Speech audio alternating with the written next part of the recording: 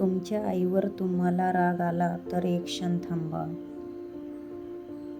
आणि आठवा तिचं संपूर्ण आयुष्य कोणासाठी झिजलं आहे. राग येणं माणूस म्हणून स्वाभाविक आहे, पण त्या रागामागे लपलेली तिची काळजी दिसत नाही. याचं दुःख जास्त मोठं असतं.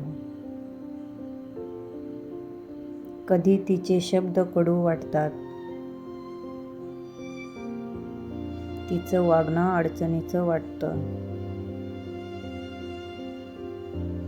पण त्या प्रत्येक वाक्यामागे भीती असते. माझ्या लेकराचं काही बिघडू नये. ती स्वतःची स्वप्न बाजूला ठेवून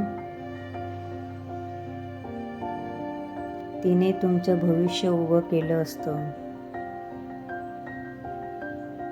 तिचा राग म्हणजे नियंत्रण नसून संरक्षण असतं. थकलेल्या शरीराने, तुटलेल्या मनानेही ती तुमच्यासाठी उभी राहते.